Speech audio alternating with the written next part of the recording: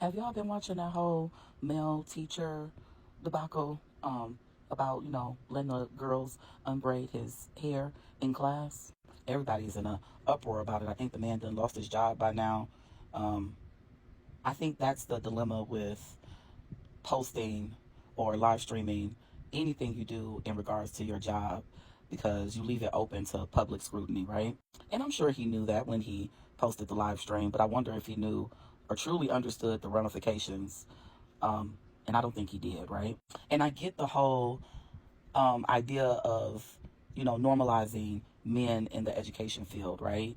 Men working with children in general. And I also get that teenagers, even middle schoolers, regardless of their gender, have hormones, okay? I think one of the responsibilities of educators is to learn, know, and understand the different stages of development, right? And even as human beings and adults ourselves, we know how we were in middle school and in high school, be it male or female, right? Let me give you an example of myself. Devontae Swing from Jodeci, okay? I was pining over this grown man when I was in middle school. Pining, okay? Hormones through the roof, all right?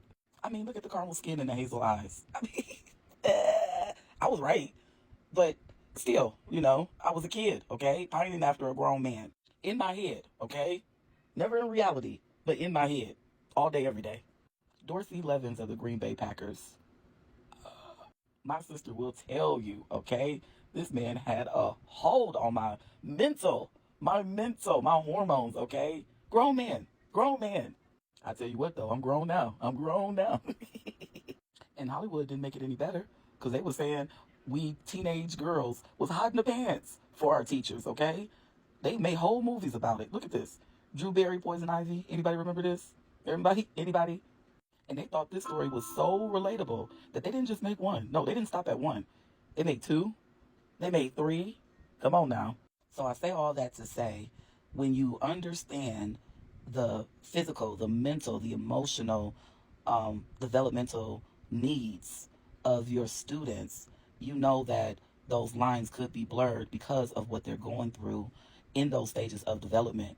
And so while your intention may have been to, be a role model, be a father figure, and normalize black men or men in general in education, the impact is could be vastly different than what your intention is. So even though you yourself may be like, hey, I know what I experienced growing up or what I saw other children experience when they grew up, the reality is you are a man in a predominantly female driven field. And so you got to be careful with that. You got to play it safe.